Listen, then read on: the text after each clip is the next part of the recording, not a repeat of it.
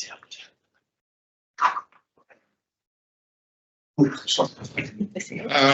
evening, everyone, and welcome to tonight's meeting of the Assets and Infrastructure Committee. I declare the meeting open at 7:01 p.m. I'd like to acknowledge the Bidjigal people of the Orient Nation as the traditional custodians of all lands, waters and sky in the Georges River, and I pay my respect to elders past, present, and extend that respect to Aboriginal, Torres Strait Islander people who live, work and meet on these lands. I have an apology from Councillor Nancy Liu. I don't think there's any others. Everyone else is here. Can I get a motion to accept the apology and grant leave of absence? Moved by Councillor Stratokopoulos and seconded by Councillor Mort. All in favour, say aye. Aye. Against? Declare that carried. There's been no request to attend by audio-visual link.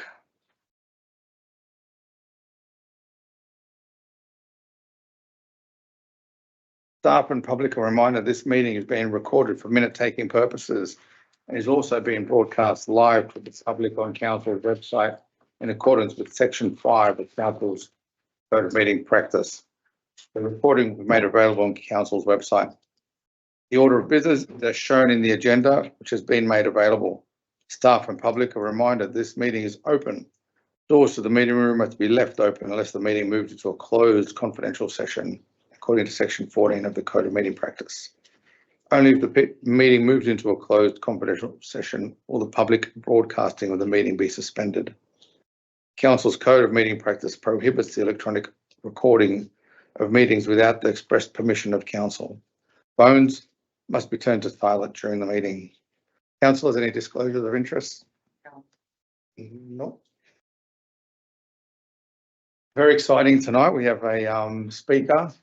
And if IT is ready with that, we have Mr. Brendan Gibbs, who would like to speak on ASS 008-24 Olds Park Field 3 perimeter fence. Just got Brendan online now.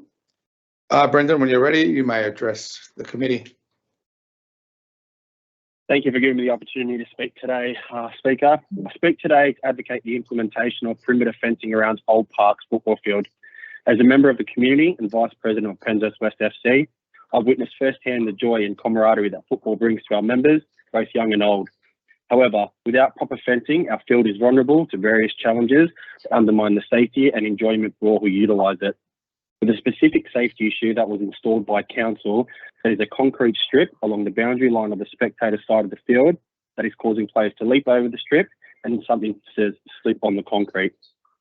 Perimeter fencing is essential for the safety of our players and spectators. With fencing in place, we can prevent unauthorised access to the field during games and training, reducing the risk of injury from stray balls and ensuring the security of all individuals present.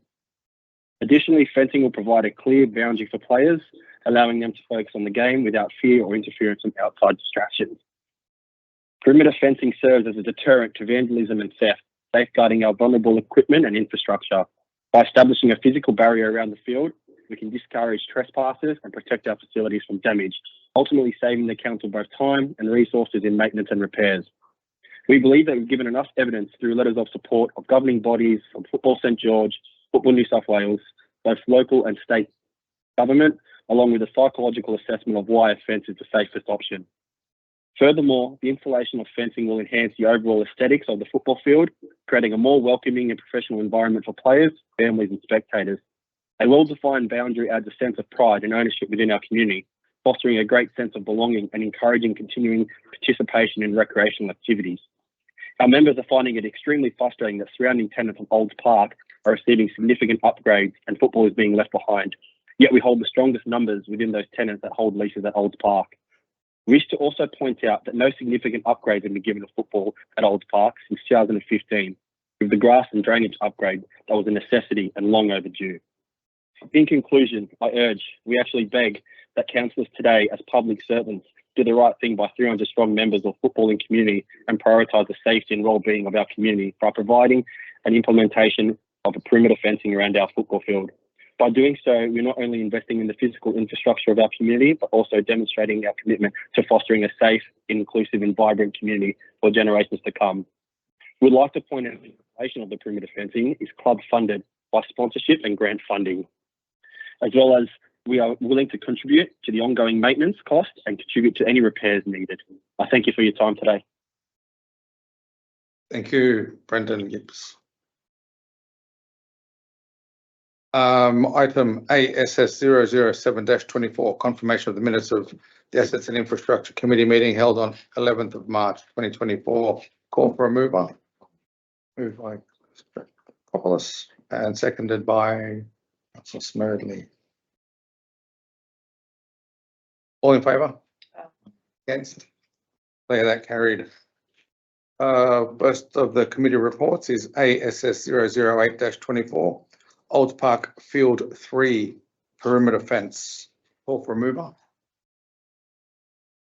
By Councillor Mort, seconded by Councillor Ficarra. Any discussion? Yeah, I'd like to speak against it. On this, I've read, after reading the executive summary in the background and with council recommending to decline the request, I just don't really understand like why, after reading all this, because they've received correspondence from governing bodies of football saying it's okay. It's okay. They're a membership-based club that doesn't really get any look. They don't get looked at, and they're willing to pay for all this themselves. Like I understand that was a big issue, the ongoing costs of having a fence there, but they're willing. They've, as Brendan articulated just then in the public forum, they're willing to pay for ongoing costs because that seemed like the biggest problem here. So that's just that's my 2 cents. So I really hope we can sort of work out a way for them to allow it to happen. So that's my 2 cents. And through you, Chair, I'm inclined to agree with Councillor Smerdley.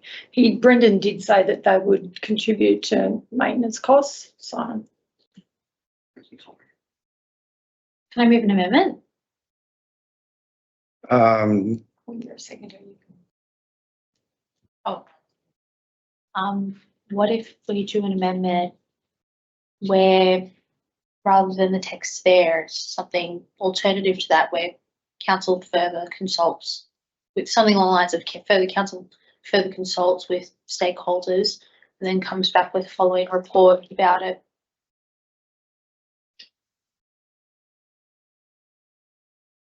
So you're suggesting Well, that would mean then that I would have to accept that. I don't accept that. you can shall. Not Can I just ask a question? Mr. Chair, yes. I'm happy to second Councillor Mort's motion if she doesn't accept that amendment and Councillor Ficarra wants to withdraw her support for that motion. Yes, please. In which case, mover is Councillor Mort and seconder is Councillor Elmere. Any further? Yeah, sorry. Sorry, question from Councillor Strathopoulos. Yeah, so I just noticed that in the arguments for, it said that Football New South Wales, as well as Penshurst West Football Fund, articulated their concern, saying that the concrete drainage and related to the proximity of the drainage channel. I'm obviously just reading the report here. But then I also noticed that identified issues with installing a perimeter fence, stated that if the fences are installed, then it reduces the field size, and Football New South Wales has certain requirements. So I suppose my question is, why would Football New South Wales support this? But on the flip side, knowing that it doesn't meet the requirements for field sizes. So through you, Mr. Chair, Football St George have supported, Football St George and Football New South Wales have supported a reduced playing surface. One of the key arguments associated with this from staffing point of view is the fact that the perimeter fence creates another safety hazard. So we're replacing what is an obvious hazard, which is a dish drain running through that site, with a fixed hard surface at the perimeter of that. So while there is suggestion that players are having to scale the dish drain, placing a perimeter fence on the inside of that dish drain would mean the players would need to scale the fence plus the dish drain. Okay, so it's the player safety aspect that is of key concern. The stadium technical requirements from Football New South Wales indicate that the sideline needs to be 3 metres away from any hard surface. So that requirement would still stand. With that 3 metres, I think the maximum size playing field that we were suggesting was around 94 metres by about 55 metres. That would be the maximum allowable. If the fence was to go ahead, I think we would need to, as a council, just reinforce that on game days. Which would mean a lot of ongoing costs and, yeah, and player safety above all should be our priority as a council. And through you, Mr. Chair, the other point to note there, I think we've mentioned in the report, there has been no formal, there's been no formal reports to council of any injuries associated with the dish drain to date. Thank you. Any other questions or comments?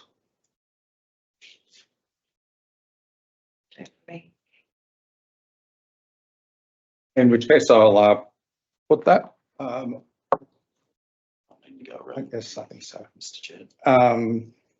Did you want to just Go call on. out the names? Yes, please. Councillor Kanjowski, For? Councillor Ficarra, Against. Councillor Mort, For Councillor Smerdley, Against. Councillor Stratocopoulos, For. and Councillor Symington. Against. 3, 4 and 3 against. The mayor as the mayor. Sorry, yes, I forgot he was online. Sorry, Mayor. I'm for the motion. Thank you. Okay, so we have 4 for and 3 against motions. I declare that carried.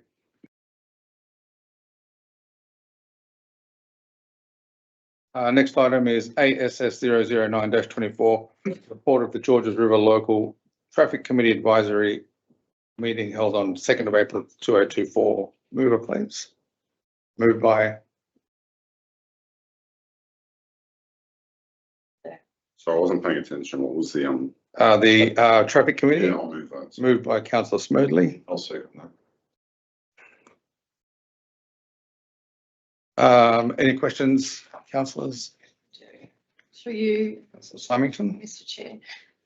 Just in general business of the traffic committee, it said that the road condition in Tracy Street's bumpy, and there's originally the resheeting was in the 23-24 program, and we're waiting for development to finish. Do we have any idea of what the time frame is for that development to finish? So through you, Mr. Chair, I might just direct that to the acting manager of strategic placement. So this is Tracy Street. Is there any clear sort of end date to the development that is holding up the reshooting? Through you, Mr. Chair, I believe that's in 2025. Setting when? 2025 is completion. So another year. So subsequent resheeting, so probably 25, 26 or 26, 27 issue program they'll be able to get after that. Thank you. Any other questions, follow up? I'll put that. All in favour? Against?